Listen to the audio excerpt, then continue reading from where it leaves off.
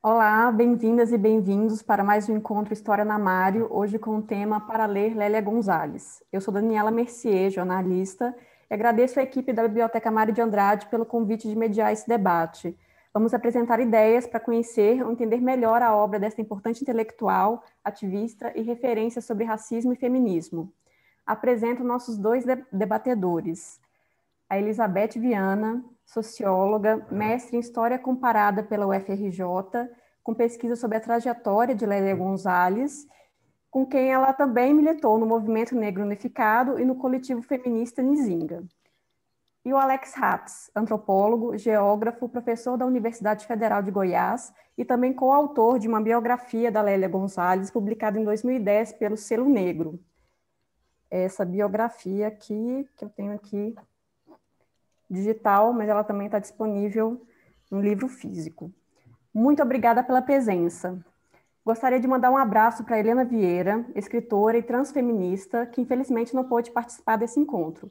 Tenho certeza que teremos outras oportunidades de conversar com ela. Então, antes de começar, eu queria fazer uma breve apresentação de quem é Lélia Gonzalez. Eu sei que é uma missão muito difícil a gente resumir, né, toda essa trajetória dela, né, tão gigante e tão potente, mas vou fazer uma apresentação breve para a gente também contemplar outras coisas durante as perguntas. Nascida em Belo Horizonte em 1935, Lélia de Almeida Gonzalez foi a penúltima de 18 filhos. Mulher negra, de família pobre, ela migrou para o Rio de Janeiro aos 7 anos, quando um de seus irmãos, o Jaime de Almeida, virou jogador de futebol no Flamengo. Na infância, Lélia até chegou a trabalhar como babá, mas insistiu em continuar os estudos e se formou em História e Geografia pela atual UERJ, a Universidade do Estado do Rio de Janeiro, onde também fez filosofia. Já perfeitamente embranquecida dentro do sistema, como ela mesma relatou, encontrou no mundo acadêmico contradições e barreiras sociais que a levaram para a militância no feminismo e nos movimentos negros. Mergulhou na antropologia, na psicanálise e nos estudos africanos para explicar a cultura brasileira. Foi professora, intelectual, ativista e política. Fundou o Movimento Negro Unificado, atuou nas discussões sobre a Constituição de 88 e fez parte do primeiro Conselho Nacional dos Direitos da Mulher. Correu o mundo para representar o Brasil em debates sobre a opressão de negros e mulheres no país e na América Latina. Morreu de infarto aos 59 anos, deixando um filho do coração, netos e sobrinhos que hoje difundem o seu trabalho. Em vida, Lélia publicou 2 livros e apresentou uma infinidade de textos que a tornaram uma leitura essencial sobre as discussões sobre raça, gênero e classe. Grande parte desse trabalho foi reunida em 2020 no livro Por um Feminismo Afro-Latino-Americano, lançado pela editora Zahar e organizado pelas pesquisadoras Flávia Rios e Márcia Lima. A Flávia, inclusive, trabalhou com o Alex na biografia da Lélia. Então, Alex, vamos começar por isso, vamos começar pelo livro. Esse livro foi publicado, então, no ano passado, né, 26 anos após a morte da Lélia. E foi a primeira vez que uma editora comercial reuniu o trabalho da Lélia, né? Acho que é importante a gente dizer que não é a primeira coletânea que foi publicada. Em 2018, a União dos Coletivos Panafricanistas já reuniu já publicou uma coletânea muito abrangente também, mas essa é a primeira de uma editora comercial. Então, eu queria que a gente explicasse, né, começasse tentando entender esse momento, né? Porque agora o interesse em revisitar o pensamento da Lélia pelo mercado editorial e por um público mais amplo. Primeiro, quero agradecer, né, essa oportunidade. Estamos vivendo um momento de realmente ampliar, né, a divulgação do trabalho de Lélia, as leituras de Lélia. É um momento realmente para ler Lélia Gonzalez, né? Esse momento ele é construído um pouco antes, né? Um pouco não, alguns anos antes, né? Na metade dos anos 2000, são feitas as primeiras pesquisas sobre Lélia Gonzalez, né? A Flávia tinha feito uma monografia, a Raquel Barreto fez uma dissertação, né, trazendo justapondo, né, a trajetória da Angela Davis, da Lélia Gonzalez, e depois, no ano seguinte, a Elizabeth Viana fez uma dissertação. Então, é no campo acadêmico que surge esse interesse, né, mas é um acadêmico militante, né, que é uma coisa que nós trazemos na tradição desde os últimos 40, 50 anos, assim, né, de constituir esse movimento negro acadêmico, que Lélia é uma das iniciadoras. E aí, enfim, chegou nas editoras, né? No meu entendimento, a Zahar é uma editora acadêmica, comercial, né? Não é só comercial, mas foi ampliada pela militância, principalmente pela militância feminista negra, né? Foram as mulheres negras que, né, na internet, principalmente, que divulgaram bastante Lélia Gonzalez, né?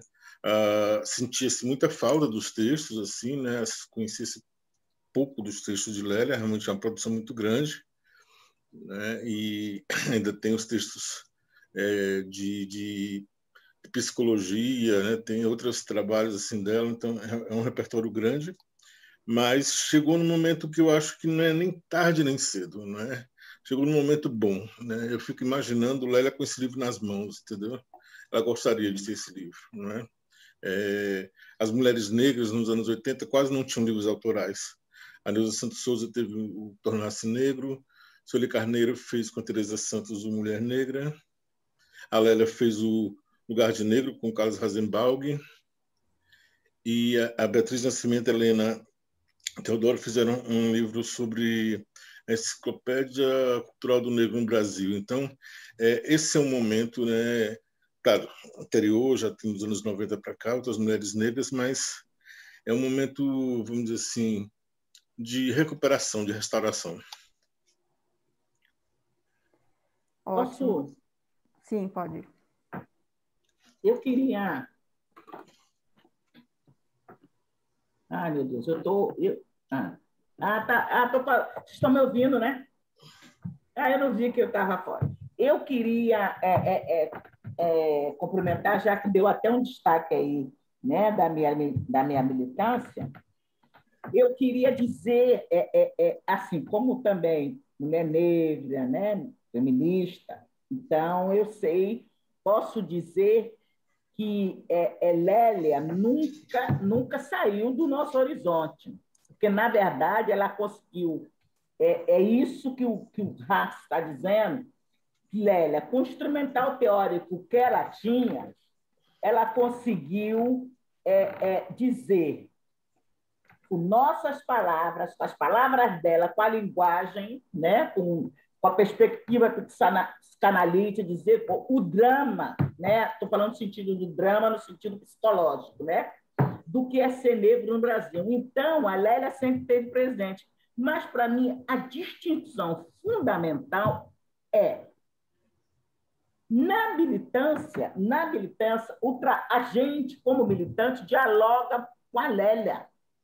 Se você tem alguma dúvida na perspectiva de militância, está aqui, porque ela não só retrata a própria militância, como a militância de companheiros e companheiras. Isso lhe dá um instrumental teórico, porque o movimento negro produziu conhecimento. O movimento negro tem uma literatura. Então, não há nenhum militante, homem ou mulher, que não conheça uma parte da obra de Lélia que estava disponível. Por outro lado, quando muitos de nós chega na academia, Lélia e Beatriz dão um salto de qualidade ao nosso trabalho, porque elas nos oferecem um instrumental teórico importantíssimo, que é elas conseguiram, não conseguiram, né, trazer para dentro da academia o debate das suas ideias, e aí mereceram uma crítica consequente, e que alguns de nós, está fazendo. Mas isso aqui é um instrumental. Aí eu dou um exemplo, estou com esse livro aqui, para dizer que isto aqui, o que é isto aqui? A união de coletivo panafricanista está sintetizando Isso aqui foi obra da militância. Isto aqui, não estou desmerecendo, pelo contrário, eu quero mesmo que tenha uma editora e tal, reconhecida e tal, feita por gente com competência. Eu estou falando competência, não é essa competência que a gente pode falar o que dessa coisa eurocêntrica, né? Essa coisa armada. Eu estou falando competência no sentido de potência. Faz. Então, a nossa resposta para dizer hoje o que é Lélia hoje, né? Hoje, muito bem colocado, dentro desta conjuntura, é que mobilizou essas pessoas, um coletivo, para fazer isso. E a Lélia se dedicou para fazer isso. É isso que ela deseja. Eu não sei se eu me fiz, Alex, entender e tal. Não, é muito bom esse complemento, e eu só queria acrescentar que você citou a Beatriz do Nascimento, né, que é historiadora, só para a gente situar também o espectador. E o Alex também escreveu uma biografia, né, da Beatriz. Enfim, outra grande pensadora que a gente também precisa, né, conhecer mais, né, assim, como complemento à leitura da Lélia Gonzalez. Bom, então, Elizabeth, já que você já falou dessa questão da diferença da militância e da academia, né, assim, existe um processo de apagamento, né, de intelectuais negros e, sobretudo, mulheres negras, né, e a Lélia abordou isso, né, diversas vezes no seu trabalho, inclusive querendo explicar, né, a questão da forma desse apagamento como forma de dominação mesmo, né, colonial. Uhum. E então eu queria, a partir disso, para a gente entender um pouquinho a trajetória da Lélia, ela falava que ela passou, né, eu falei na introdução que ela, né, veio de uma família pobre e, diferente dos irmãos, ela conseguiu estudar, insistiu, né, e se formou em curso superior, se formou em 2 cursos ali, né, na graduação, e ela falou esse tempo todo, diversas vezes, do processo de embranquecimento que ela sofreu, que ela viveu, na verdade, durante a sua formação escolar, né, ela estudou em boas escolas também, e acadêmica. Então, eu queria que você explicasse, então, para a gente iniciar ali a trajetória da Lélia, como é que foi esse despertar pessoal dela para a questão racial. E como que ela trabalhou esse embate, né, contra esse lugar de negro, né, que é o título de um dos livros dela, inclusive na academia. Hoje, eu estava até relendo um texto dela, Primavera para a Rosa Negra, que ela faz uma entrevista e que ela fala da importância da atuação política e que é tornar-se negra. Ela fala na perspectiva de consciência. Você ter consciência do que você é. Uhum. E isso era uma discussão muito naquele período em que Lélia viveu. Por quê? Porque chega um ponto que você não é ninguém. Essa dominação faz com que você descobrir que você não é ninguém. Você é um pouco mais que uma coisa. Lélia, ela discutindo isso, ela percebe, quando ela, por exemplo, quando ela diz, até se situa, que Lélia, para fazer uma instrumental, que Lélia usava muita competência, era ela também se colocar no lugar do outro. Então, ela dava muitas das vezes, para a gente entender que você lê Lélia Gonzalez, ela tem um objetivo de construir conhecimento, né? E sair da invisibilidade. Mas, antes de mais nada, ela se posiciona como uma mulher negra para aquelas pessoas que se acham que não é ninguém, saber que é alguém. E ela diz que ela, para ascender, que ela sabe que ela ascendeu, ela sabe que ela tem uma educação que não atinge nenhuma minoria. Ela diz que foi graças a ela ser caçula, né, a penúltima de 18 irmãos, que possibilitou que aqueles irmãos delas, que tinham mais idade, seus tios, seu pai, esse jogador, Jaime de Almeida, ela considerou pai biológico. essas pessoas é que possibilitaram ela dizer: não, eu não quero ser empregadinha das pessoas do clube, das autoridades do clube do Flamengo. Ela não queria estar nesse lugar, ela se dizia. Então, ela tem uma coisa que ela vem trazendo dela. Só que ela, mesmo ela estando frequentando boas escolas, mesmo ela dizendo, é interessante, mesmo ela dizendo que ela estudou com o apoio da família, com o apoio dos empregados, dos patrões de sua mãe, ela tem solidariedade das colegas dela no primeiro, segundo, vamos botar, no científico, né? Primeiro segmento, segundo segmento. A solidariedade dos professores, ela chegou ao final desse período totalmente embranquecida. Embranquecido quer dizer o quê? Totalmente estilhaçada e sem saber quem é. Entendeu?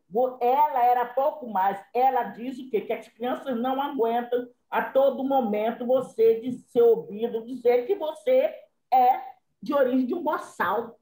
Aí você quer ser tudo menos aquele boçal. Filha daquele boçal, você quer ser menos que escravizado. Você tem que passar por esse processo de consciência, onde você está, o que é que você está, que você não é ninguém. E aí, ela foi para a universidade. Quando ela chegou na universidade, ela estava totalmente embranquecida, alienada, não queria saber de um diálogo, de uma troca com a família. Era uma menina totalmente tímida. Você violenta seu corpo, porque o que é seu corpo? Seu corpo é de negro, a sua cultura é essa coisa mais consciente. Então, você tem que se comportar, você tem que se enquadrar numa determinada posição, porque não é sua.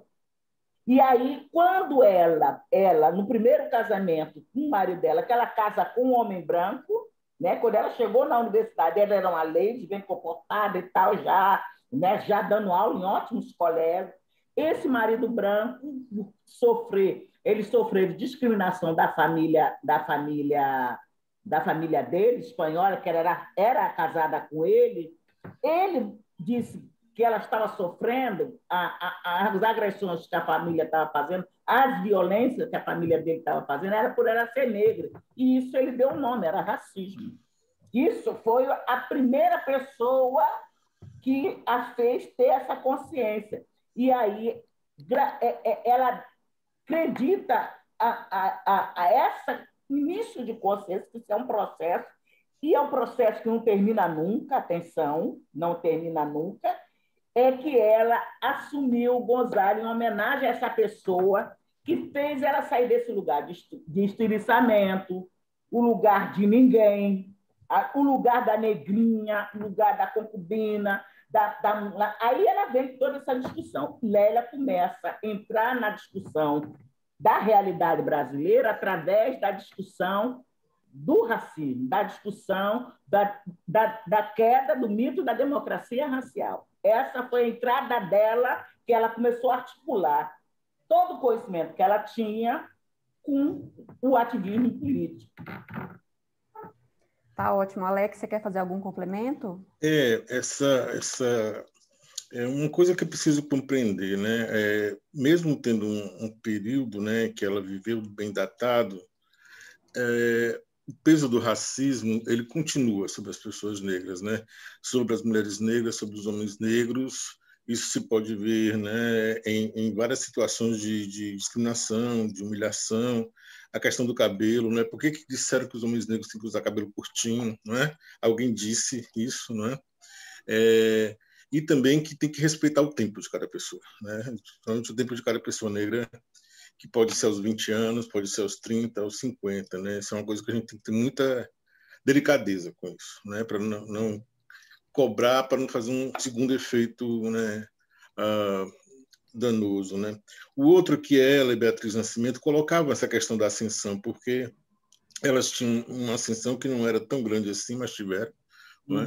E trazem nos seus textos isso, que eu acho bastante iluminador para o que a gente vive, né? Uma parte de nós, uma parte pequena, né, se tornou, né, docente, acadêmica, né? Mas e a gente está ligado a quem, né? Aqui comunidades, aqui, né? Aqui coletividades negras, né? Porque Isso é importante para que não perca esses laços, né? Então, elas trazem coisas realmente muito, como se diz hoje, né, muito potentes, muito atuais, assim, né? São temas disso, né? E a Lélia, ela tem um segundo momento, tem esse primeiro aí, que é quando participa dos encontros do movimento negro no Rio de Janeiro, no Centro de Estudos Afroasiáticos, em 74, que é um ano intenso de encontros, né? Dali eles formam vários grupos, né?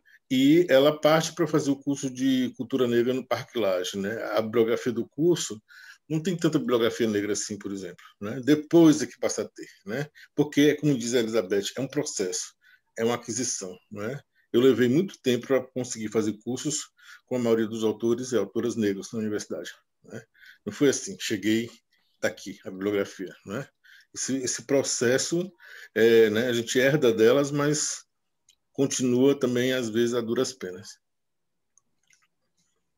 Então, queria continuar com você para a gente entrar numa questão, que aí é essa a questão da construção da identidade da Lélia, esse aprofundamento, né, na questão racial, envolvimento com militância e tudo. Tem um outro aspecto ali que é bem importante, que é a incursão dela na psicanálise, né? E aí eu só queria ler um trechinho do Por um Feminismo Afro-Latino-Americano, que é o texto que dá o nome ao livro que a gente apresentou, né? Mas é um texto que ela apresentou num seminário em 88. Ela disse: nós, mulheres não brancas, somos faladas, definidas e classificadas por um sistema ideológico de dominação que nos infantiliza. E aí, depois, num outro texto sobre o racismo e sexismo na cultura brasileira, ela faz uma provocação, né? Nesse trabalho, assumimos nossa própria fala. Ou seja, o lixo vai falar e numa boa. Então, assim, essa construção que ela faz tem a ver com os estudos que ela fez sobre psicanálise, né? Ela usa essa questão da infantilização, a questão de assumir a própria fala. Eu queria que você primeiro, né, explicasse essa questão, né, como que foi, né, a incursão dela, né, nessa área, e depois como que ela trabalhou isso, esses conceitos psicanalíticos, para desmontar o mito da democracia racial, né, que aí ela tem dois conceitos aí chave, né, nesse pensamento, que é a questão da denegação do racismo e a neurose cultural brasileira. Essa entrada dela, né, eu não vou saber datar assim, né, quando Lélia, mas é antes dessa, vamos dizer assim, do tornar-se negra, né, disso. Eu encontrei uma reportagem na revista Manchete que mostra ela entrando pro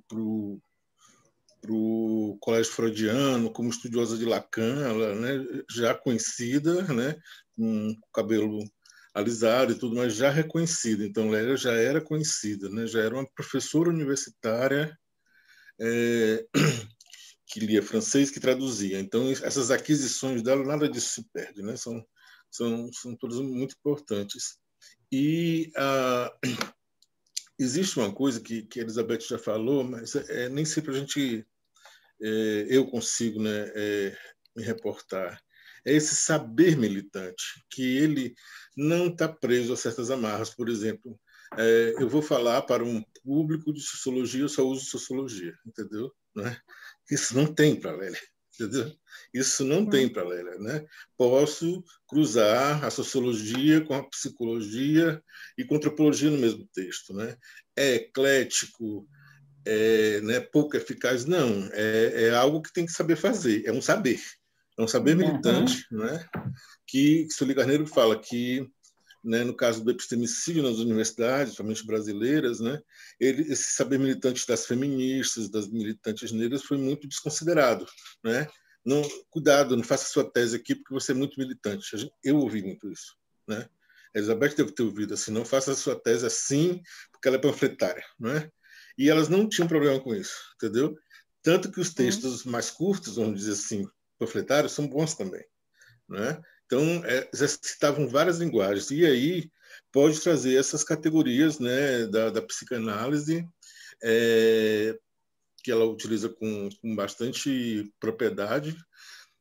E a questão da fala era uma questão mais ampla também, né? De outras intelectuais, inclusive vem até hoje. Né? Se a gente olhar até hoje, Grada Quilombo está falando da fala, quando fala da máscara, né?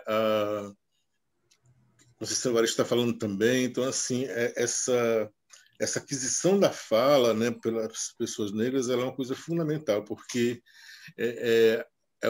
há uma máquina né, de discriminação e uma máquina de eliminação, e aí tem que estar recuperando isso o tempo todo, né? O tempo todo, essa condição de fala, essa condição de escrita, e aí essa condição de criação também, né? Eu, por exemplo, não me arrisco no campo da psicanálise, mas quando eu olho a trajetória dela, eu falei, não, aqui eu posso juntar nesse texto, né, uma linguagem mais poética com uma linguagem mais dita acadêmica, posso usar um trecho mais político. Também digo, né, não foi assim de uma vez que eu fiz isso, foi depois de muita inspiração, né, em pessoas como ela, como Abdias, que fizeram esse exercício, né, de linguagem, né, fundamental para a compreensão dos problemas que eles tratavam. Tá bem. E aí, retomando, explicando um pouquinho esses conceitos, né, da denegação e da neurose cultural. Como é que ela aplicou isso na questão do racismo? Racismo por denegação, né? Se falava um pouco, né, de racismo velado nos anos 80, né? E esse racismo estava em discussão se havia racismo ou não, né? Essa discussão não chama atenção hoje, né? O racismo está sendo filmado, como se diz, mas assim se discutia que não existia, né? Além da cobertura do mito da democracia racial, tinha muita força de dizer assim, não existe. Então eles estavam ali e elas mostrando a toda hora que o racismo existia, né? E ele era, no caso dela, assim, por denegação, né? Por se dizer não tem, não é assim, não é dessa forma que vocês dizem, né? Então essa desautorização ela era muito forte, né? E a neurose cultural é porque o racismo ele tem um reduto que é a subjetividade, né? Que é a cabeça, né? Que é o corpo também, obviamente, né? Incide no corpo, como ela vai dizer, da mulher negra pública, né? Que seria a mulata, a mulher negra no espaço privado, que seria a doméstica, que é adivinhar as duas da mucama, mas essa contradição entre sexo e poder, a contradição entre, né, dizer assim, a gente tem relações harmônicas, mas aí em outras esferas elas não são, não é? Então, assim, esse descompasso, né, que ela vai chamar de neurose cultural brasileira, então, que vai se dar no carnaval, que vai se dar... Ela experimentou essa análise, né, em mais de um campo, né? Corporeidade, no espaço do carnaval. Tem formas muito positivas de falar disso também, né? Ela, por exemplo, tem um texto muito bonito chamado Oraiô, que é a saudação para Oxum, em que ela saúda a beleza das mulheres negras, entendeu? Não são textos só de crítica, tem esses textos assim muito afirmativos, né, assim também. Então, assim, porque para trabalhar a neurose cultural não se pode só ter a crítica, né, só a dureza, tem que a artimanha, a criação, né? Tá bem. Elizabeth, gostaria de fazer algum complemento? Eu gostaria. Não que eu tenha conhecimento, mas quando eu fui fazer a minha dissertação, eu tive que tentar entender essa coisa da psicanálise, porque eu sei que era fundamental em Lélia Gonzalez, porque eu fui do MNU, cheguei também a compor a coordenação nacional, mas não fomos contemporâneas dentro do movimento negro unificado, porque eu estava aqui na Baixada Fluminense, nessa época, estava aqui mais, e o MNU mais, atuava mais na capital e tal, do Rio de Janeiro. E a coisa da denegação, vamos, assim, estou dentro de uma biblioteca, vou dar um exemplo, né? Porque é tudo isso que o Rato falou, mas vou dar uma de a Lélia Gonzalez. Imagine eu, uma mulher negra, né? Estou em espaço que só tem espaço que só tem branco, ou gente de cabeça branca, brancos, mas estou falando branco enquanto biologia, não é a cor da pele, em que eu continuo dizendo que eu disse, quando eu vou sair fazer compra, aí que eu estou com dinheiro, hoje eu vou de cozinheira. Eu digo, né? Então, é esse o lugar do negro. Agora, só que muitas outras Elizabeth negam isso, esses valores, que sabe, quer ser cozinheiro, essa pele negra. Eu me lembro dentro de uma amizade, uma companheira dizendo, é fácil para o negro. A gente estava debatendo como é que o negro pode estar num lugar desse. Os debates, olha como eram profícuos debates com Lélia Gonzalez. Por que é que o negro consegue estar nesse lugar e fica só... Aí, porque ele não se vê. Se coloque numa roda em que você seja a única mulher e você tem uma identidade, né? Você constrói essa identidade, você daqui a pouco você vai pensar como homem, você vai achar que é homem. Pense, o que foi, por exemplo, da outra Lélia Gonzalez, como é que eu compreendi o que é ser homossexual? Por que é que um homossexual vai ao suicídio? Já pensou você estar, né, isso a grosso modo, num corpo diferente da sua libido? Isso lhe causa um intenso sofrimento. Lélia sabe e descobriu, quando nós mulheres negreiras, isso causa um intenso sofrimento. Para você minimizar esse sofrimento, o que é que você faz? Você nega isso. Você nega que é negra, você nega que é homossexual, você nega que é pobre. É desta forma que ela se apropria do conceito de denegação. E neurose é aquela coisa neurótica mesmo. Por exemplo, aquele homem branco, quando a mulher negra está lá em cima, né, da escola de samba, que ele a deseja intensamente. Mas aquela mulata é a mucama que está lá na casa dele, servindo ele de empregadinha, né? Ela trabalhou com isso, e ele mal sabe o nome dela.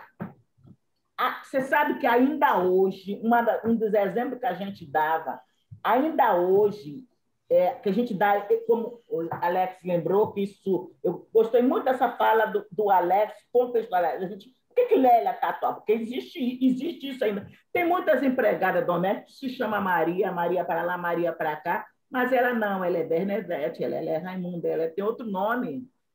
Porque as pessoas acham que toda empregada é Maria e nega o nome desta pessoa. Isto ainda acontece hoje, 2021. Isso é uma neurose. Isso causa... Mas isso é uma neurose na sociedade. Para Lélia, e eu me aproprio de Lélia, por isso que ela é um instrumental teórico, eu me aproprio de Lélia. Como é que um país que se diz democrático e tal, nós, mortandade, morticínio da população, da população negra, a mortandade, como é que se explica que nós somos um dos países que mais mata mulher e homossexual? Como se explica? Como se explica? Aí, é isso que, muito bem colocado por Lélia. Eu estou lendo aqui, eu como antropóloga, para ela falar de audições, ela se diz antropóloga, então ela se apropria desses vários instrumentais. E isso é uma prática que está dentro da militância. Não é só na militância, não, na militância feminista, sabe, várias militâncias, você vê as pessoas se apropriando de determinadas categorias para dar conta dessa explicação que eu falei ali. Como se explica? Por que Lélia diz que a crítica que ela faz à história oficial, à produção do conhecimento no Brasil, sempre fica um resto? É esse resto. É esse resto. O racismo velado que o Alex fez referência, a direita, vamos botar aí entre aspas, a direita, as autoridades e tal, a maioria da população nega o racismo. Aí o máximo que a gente conseguir de pessoas conscientes, não, existe um racismo velado, ou seja, você não sabe direito, sabe? Mas existe, mas é velado, entendeu? Ele não dói, ele não machuca. Esse debate, esse racismo velado, que quando a gente começou a discutir, aí, tem um racismo, mas ele é velado. Aí a gente dizia que, como ele disse, não, o Alex acabou de dizer, isso não existe. O nome dessas discriminações, desses preconceitos, dessa violência, desse genocídio, é racismo. O Brasil é um país racista, apesar de sua maioria negra.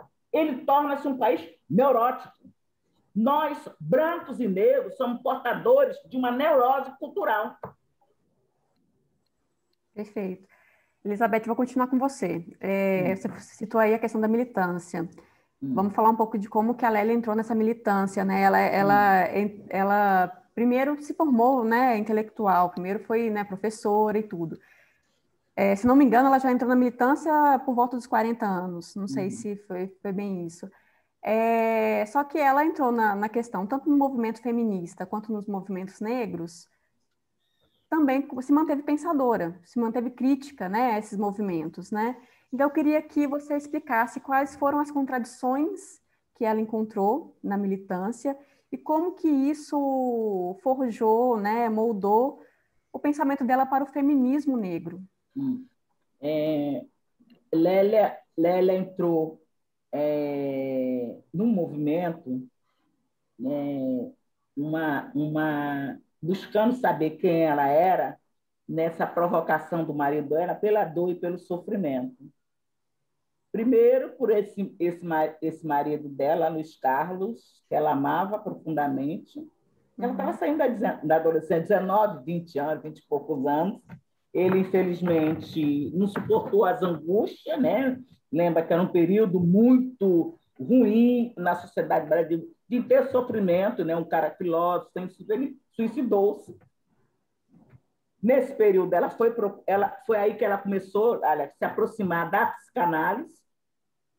E pouco aí depois ela também teve um segundo casamento, aí com um mulato que também não se colocava nesse lugar. E aí ela já estava se colocando no lugar de negra, de mulher negra, percebendo o drama, quanto isso foi uma violência sobre ela, sobre o corpo dela, né? Lacan diz que não tem consciência, não tem pensamento se não houver linguagem, e essa linguagem dela foi, né, moldada e tal.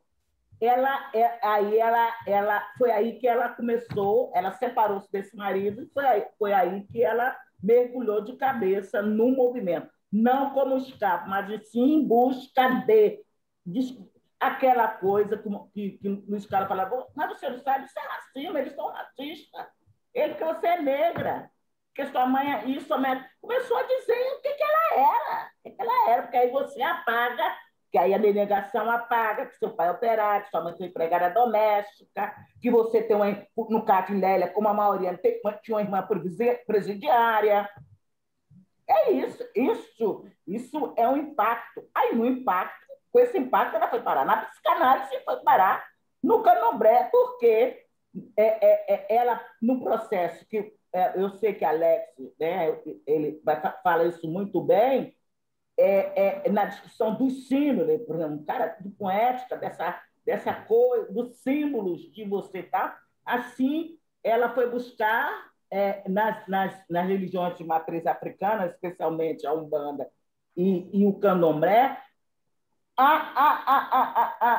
essa história não contada, esses símbolos, esses significados, como é que o conhecimento pode ser produzido diferente de... Né? Porque imagine, Lélia, como eu conheço uma pessoa há mais de 40 e poucos anos, e eu, dentro da universidade, ele, para mim, era um grande referencial. Essa pessoa que é um autodidata, para mim, ele tinha, no mínimo, uma universidade, ele mal terminou o primário. A gente conhece muito isso em muitos lugares no Brasil. Não, um caiçara senta para conversar com um caiçara. Foi com essas pessoas que Lélia começou a conversar e deixou de considerar essas pessoas, esse pensamento, a religião primitiva. E aí, nisso, aí ela vai... o que ela... Lélia, quando chega no movimento, é uma pessoa, assim, que ela foi vice da comunicação, da Estácio, ela trabalhava muito bem com comunicação, ela foi atrás da antropologia, ela foi buscar entender isso. Entendeu? Aí foi assim que ela veio com cada DAO, que chegou com 40 e poucos anos, isso lhe dá uma certa maturidade. Ela veio de um processo analítico que lhe dá uma certa maturidade para você se apropriar disso e das pessoas que estão falando, e ela está também bebendo na fonte, ouvindo, dialogando. Ficou alguma coisa de fora? Como é que ela chegou, como é que ela foi para dentro do movimento? Não, acho que a explicação tá ótima. Aí agora queria que você, depois, se o Alex quiser complementar também, falasse dessa questão do que ela apontou, né? Que tem essa questão também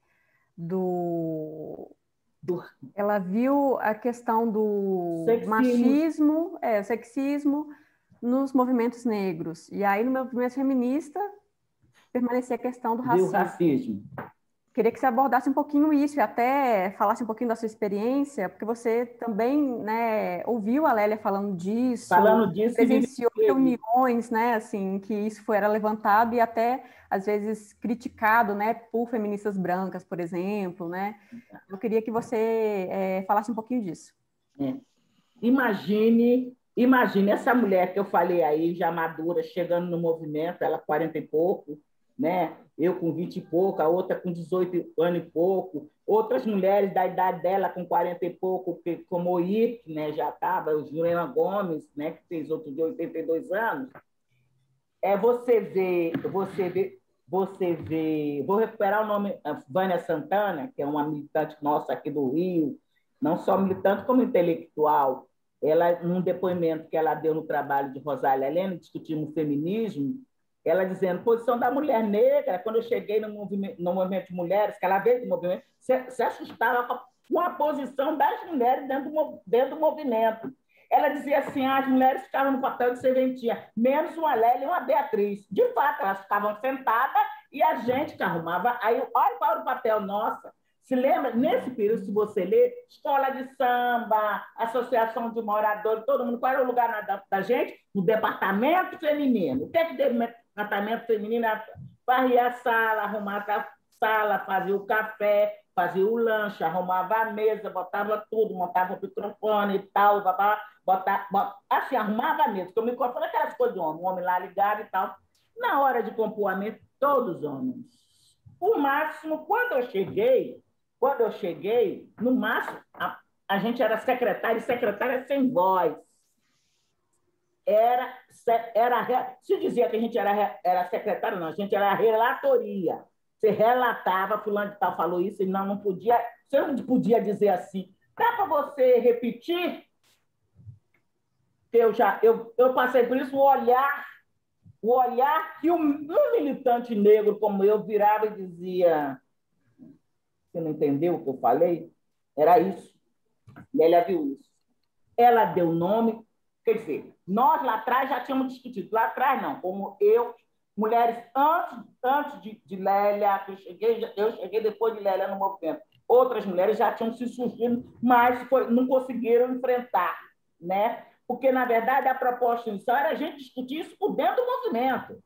Essa é a grande diferença. Não houve. E no movimento feminista, a mesma coisa se dava, né? Quando se trazia o que era ser mulher negra e mulher negra, havia uma incompreensão. Por quê? Imagine você, eu estou aqui conversando, você vê como é, isso me dá paixão. A gente dizia assim, não, sabe o que a gente dizia no movimento quando a gente estava assim? Não, eu não acredito em político que não tenha tesão. Essa coisa da gente falar de tal, porque eu venho dessa cultura e eu, infelizmente, estou em luta. Então, a gente era apaixonada demais, era era violenta demais, não compreendiam esse jeito de fazer política. Muito mais quando você vai para uma reunião que a fulana está falando do corpo, que a fulana está falando do aborto, que não sei o quê. Uma mulher negra, como Lélia fala, daquelas que está lá empoderada lá, estou usando a expressão de hoje, lá no interior da África ou aqui no interior, que ela engravida, querida, ela usa talho, tem um domínio das ervas, isso ela não vai discutir com fulano que ela vai fazer aborto, quando o cara viu, já fez. Se é que o cara viu, porque na maioria das vezes ele não está presente, aí também ainda tem isso. Então, aí a nossa dramaticidade, cansei de ouvir companheiras nossas colocarem que era isso, era água. Eu sou da Baixada, era a luz. Entendeu? Por quê? Porque você chegava ainda do trabalho, você ainda ia a descarregar água, se virar em comprar vela para fazer comida, para dar de comida aos seus filhos. Então, você trazer essa discussão era coisa. Então, Lélia dizia, é isso que ela diz. Quando uma das coisas assim que serviu para ela de âncora, para ela também discutir, é isso assim. O branco já tem na sociedade capitalista, nessa sociedade que já traz um benefício, ele traz um benefício, ele traz uma vantagem em qualquer competição. A pele dele é branco. Se tiver disputando a mesma coisa, só porque o fulano é branco, ele vai ganhar. Isso é dado. Lembre-se que nesse período, você é o período que você, para ir para qualquer emprego, auxiliar de qualquer coisa, servente de qualquer coisa, você tinha que botar seu retratinho para quê? Né? Uma das coisas, assim, por exemplo, graças à dinâmica do movimento negro, né? Movimento de mulheres, é que se parou de se exigir retratinho, porque a gente provou, né? O movimento provou, e seus aliados, que aquela exigência era para saber seu tom de pele, para te classificar a sua beleza. E o belo, como diz Lélia, de fato, é pele boa, nariz boa, faz uma diferença tremenda uma pessoa que tem suas condições de existência atendida. Uma pessoa em tremendo sofrimento, o rosto dela é trincado, ela traz no rosto o sofrimento. Eu acho que eu pude responder isso para você. Tá ótimo. Eu queria, então, você falando dessa questão da realidade, né, das mulheres negras, da população negra, queria que o Alex agora explicasse qual foi a proposta. Aí ela dizia que o movimento feminista era racista. E o movimento negro tinha uma parcela significativa de sexista, machista. Você tinha que ter muita coragem para fazer isso. Sim. E ela é fácil. Conhecia, e ela se dizia, né, feminista, né? Não é uma questão de... Não, ela se dizia, não, ela era feminista. Né? Eu, como feminista, ela dizia, eu sou uma feminista, né? E por exemplo, eu digo hoje eu sou feminista graças a Lélia Gonzalez. Né? Como é que eu... É uma luta fundamental para nós, mulheres. Então, Alex, a questão para tentar abarcar tudo isso aí que a Elizabeth falou, né, toda essa problemática, a Lélia propôs uma categoria político-cultural, que é a mefricanidade.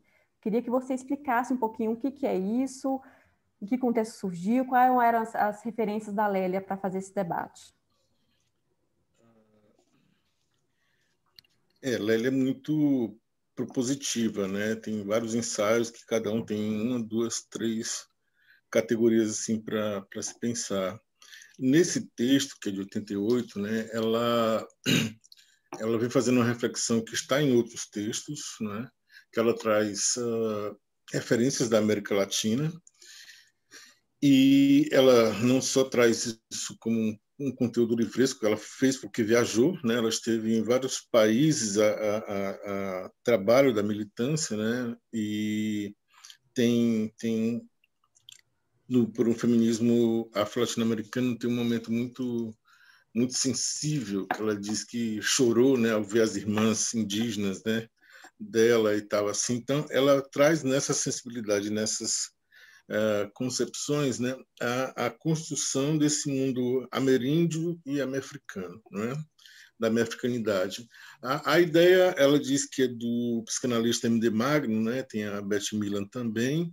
De fato, eles já tinham cunhado essa expressão de América Ladina, né? Porque nós não seríamos latinos, seríamos ladinos, né? Que se dizia assim, ladinos e boçais, né? Os boçais eram os que não compreendiam a língua, né? Os ladinos já estavam mais habituados, né? E de fato, né, esses conceitos são construídos. Então, ela está chamando a atenção para a construção desses conceitos. A América Latina é um conceito forte nos anos 80, né? Como o terceiro mundo era um conceito forte, mas ela traz isso dentro da crítica ao colonialismo, né?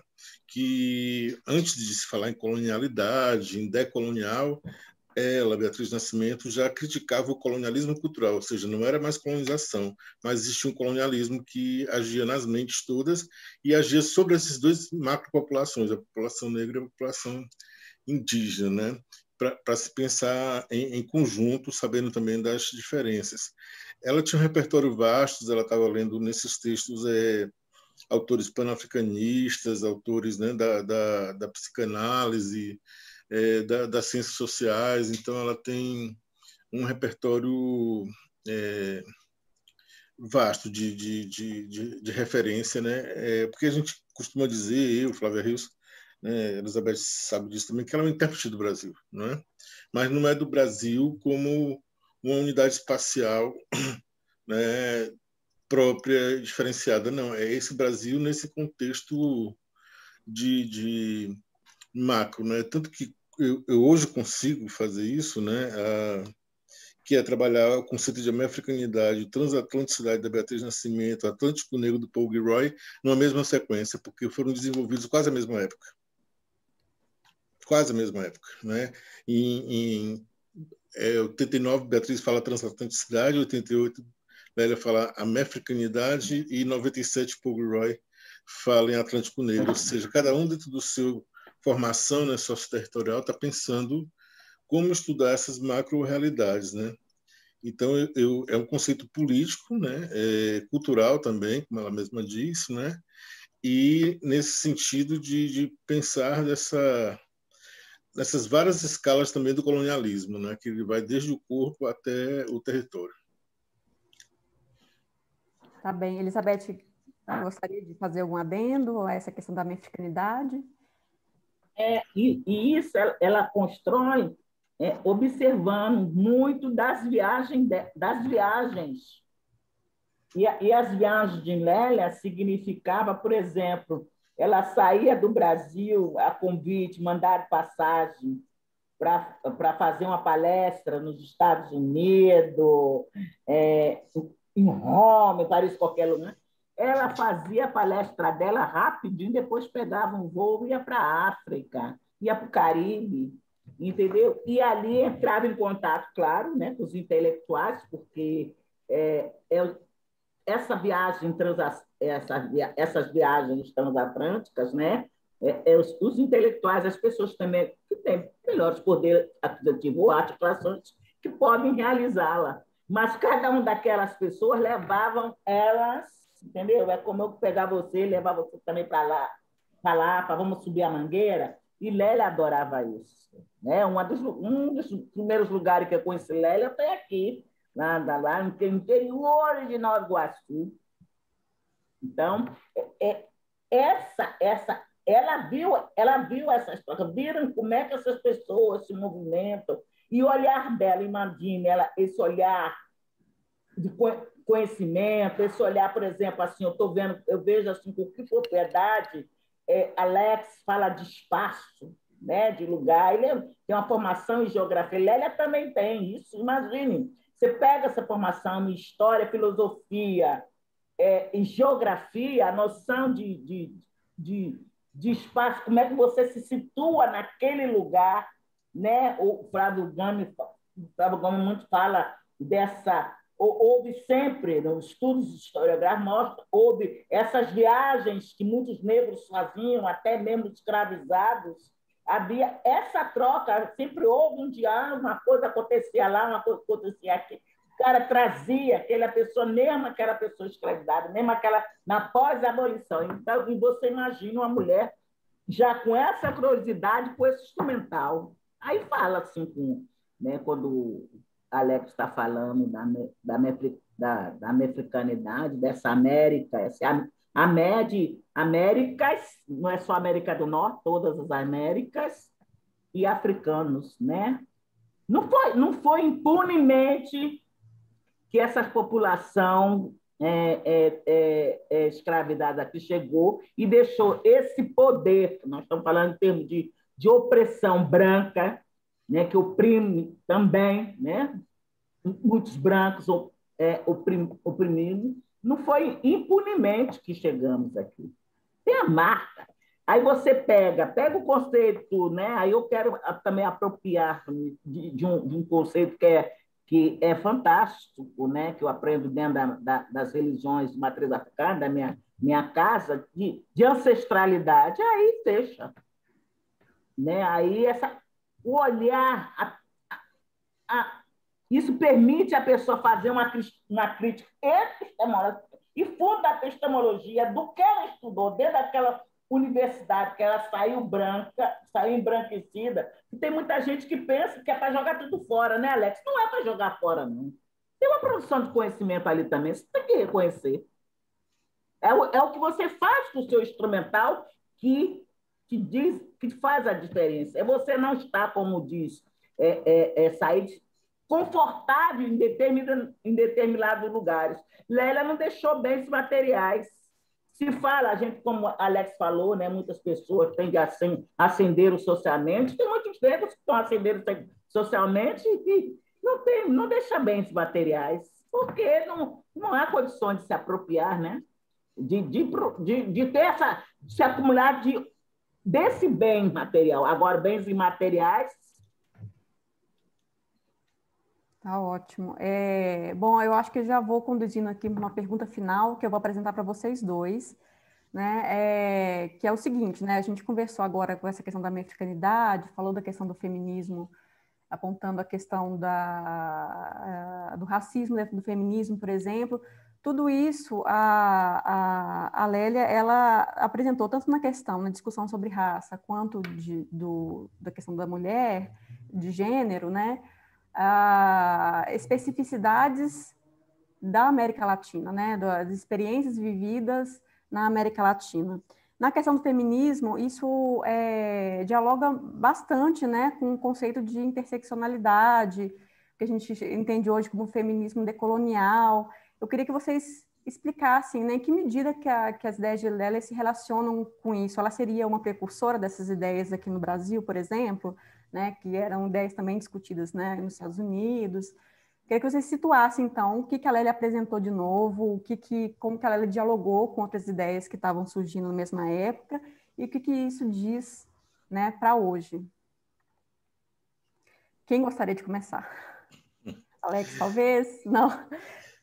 Eu falo e Elizabeth conduz aí o final.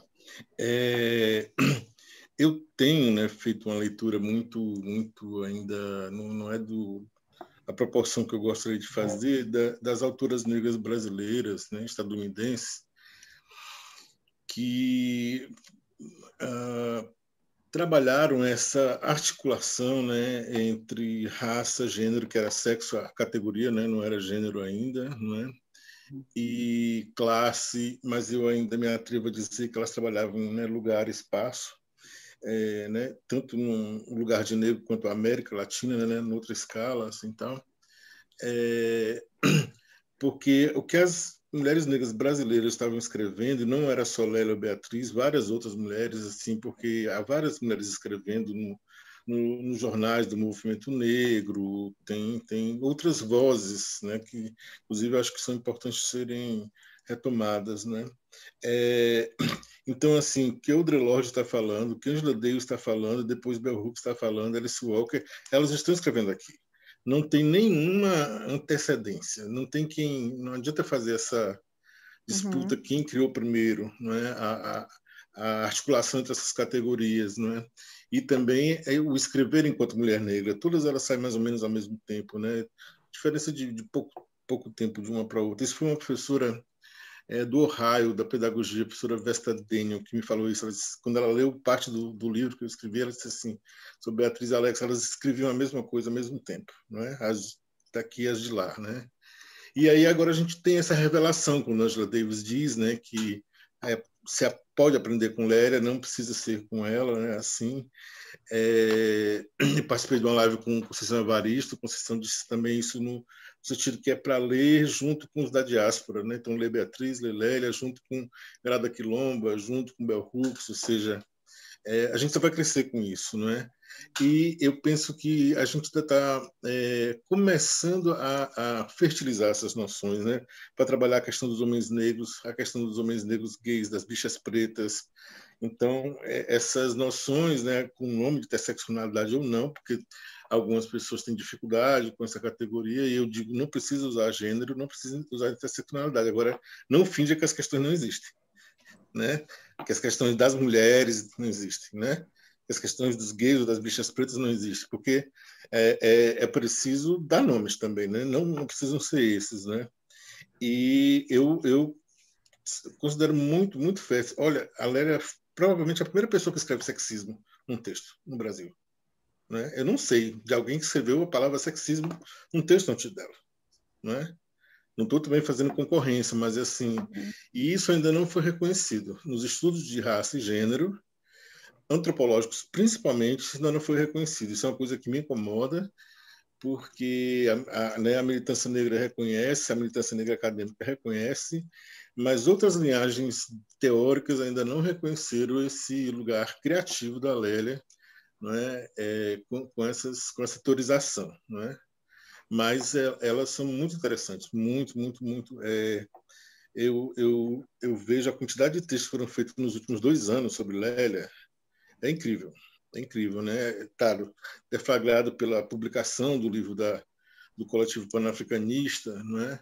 E agora essa outra publicação da Zahar, né? Agora os textos estão mais acessíveis, mas é um momento, esse anos 80, né? Começo dos 80 e depois, porque quando a Kimberly Crenshaw cria o termo, a Kimberly está pensando em situações que as mulheres negras vivem, né? Um relatório de discussão da vida de mulheres negras. Então, e elas estavam fazendo isso, sim, de uma maneira muito criativa. A Lélia tem artigos em jornais que ela imagina a vida de certas mulheres negras pobres, né? A mulher da bica d'água, como a Elizabeth falou, né? Aquela que tem essas premências ainda pela água, não é?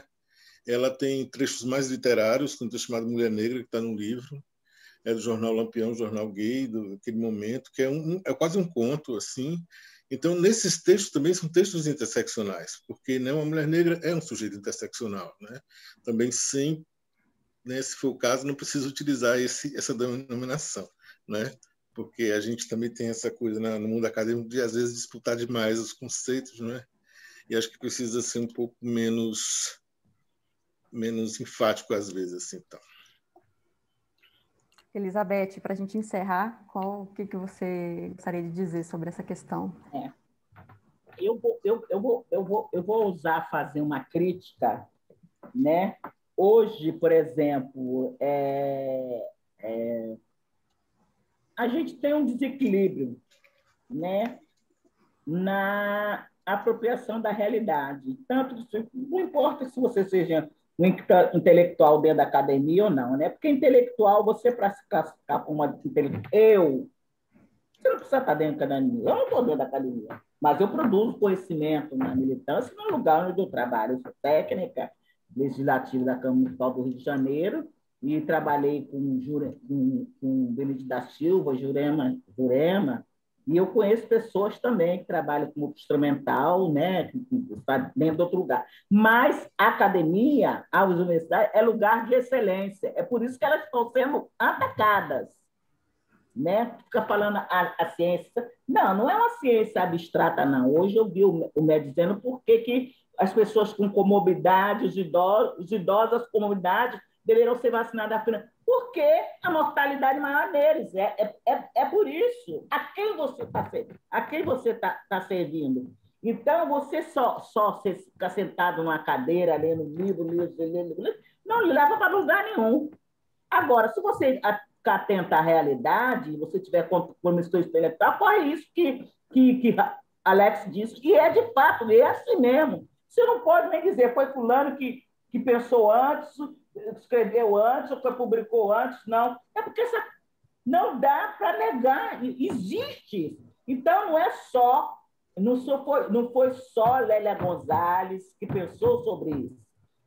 Por exemplo, ele, quando fala, eu também conheci uma mulher fantástica, tem várias, nossa, Pedrina de Deus. E aí, qual é a crítica? Hoje, o movimento negro, e eu falo isso que é para criticar mesmo o movimento negro, a gente assumiu um protagonismo assim, para além, não é assim. Né? Nós criamos um movimento negro, essa discussão, nós construímos por exemplo, a história do MNU, que deu esse salto de qualidade por fazer articulação entre raça e classe, estava lá uma Lélia Gonzalez e outras pessoas discutindo o movimento negro unificado. Né? Lélia chamou a atenção de nós, feministas negras, que a gente não deve reproduzir o feminismo naquele período, feminismo branco, que não é a fêmea versus macho, não é isso. É por isso que ela faz essa análise. Concorda-se, assina embaixo com o que Alex disse, do que é o sexismo. Né? A gente, a luta antissexista, nós ainda estamos aí, as feministas existem, negras ou brancas, né? O feminismo existe, porque há esta opressão cada vez mais refinada. É por isso que nós estamos aí. É por isso que essa interseção que Lélia contribuiu com essa discussão, ela, imagine, pensar o lugar da mulher negra na economia, né? A posição dela de classe e a sua condição de mulher e a sua condição de raça, trouxe para ela um brilhantismo e o sexismo, assim, ganhou em Lélia na boca de uma Lélia Gonzalez que não dá para você negar. Isso é que é fantástico. Hoje não dá para você negar, entendeu? Que nós vivemos. Eu não digo isso, não, eu gosto de dizer como nós militantes, né, que eu faço questão, para mim escrito, vou publicar um texto daqui a pouco, o Brasil é uma sociedade racista. Se você compreender como uma sociedade racista, você sabe por que o primeiro do ano morre um menino negro metralhado pela polícia. Ora, ou pela polícia, ou pelaquela dinâmica de luta de venda de drogas.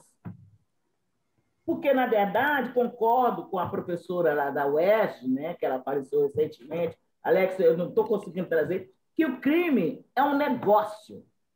Ele é um negócio. Se ele não tivesse dado lucro para o capitalismo, ele não existiria. Se o racismo brasileiro não é uma herança da escravidão.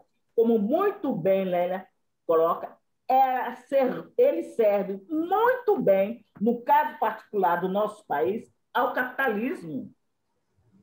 Serve muito bem você achar que o outro, diferente de você, não numa posição de poder, né, que ser branco, homem, macho, é uma posição de poder, aquela pessoa vai ser mal remunerada, mal alimentada. Hoje eu vi uma crítica, agora para a insegurança alimentar, aquela pessoa vai viver com baixo, vai viver o mínimo, um arroz com feijão e farinha. Um escravo comia aquela coisa também com farinha. É isso.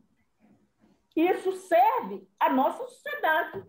Por isso que ela pode ser racista, ela vai encontrar vários nomes, entendeu? Vários nomes. Rebelado, não existe e tal, mas quando o negro ascender socialmente, imagine, se a gente vive, se a gente sabe o que é viver numa sociedade hierarquizada por classe, porque na verdade é assim, raça, sexo e classe, nós não vamos sair desse lugar nunca.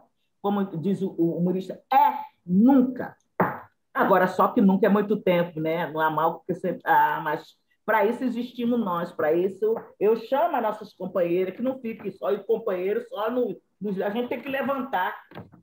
Lembra quando eu lembro dessa a fala de João 23, que minha filha é católica. Eu me lembro quando estava aquela revolução, a igreja, né, não, se sentindo ameaçada, o João 23 mandou abrir uma frestazinha para olhar para fora, que era o comunismo, né? Que o mal é o comunismo. Será que é?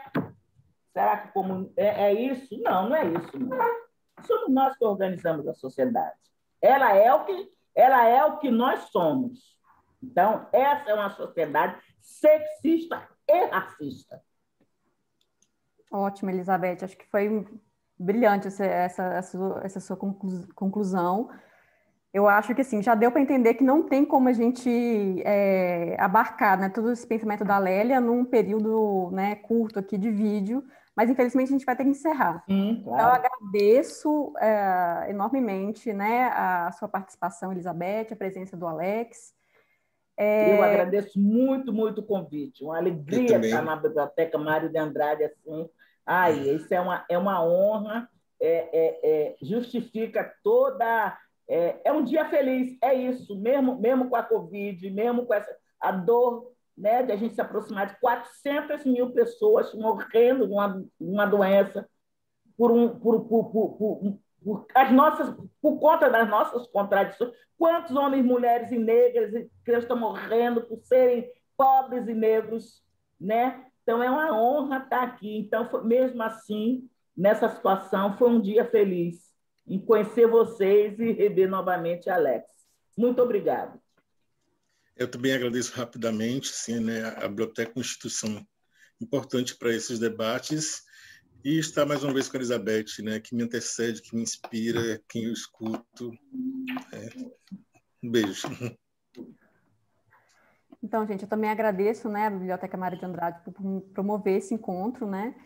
E reforço o convite para que vocês continuem acompanhando a programação, né, nas redes sociais, vejam, né, outros vídeos no YouTube e leiam Lélia Gonzalez. Até a próxima. Bota na sua mala. Elizabeth, faz questão de ficar na sua mala, na mala de vocês.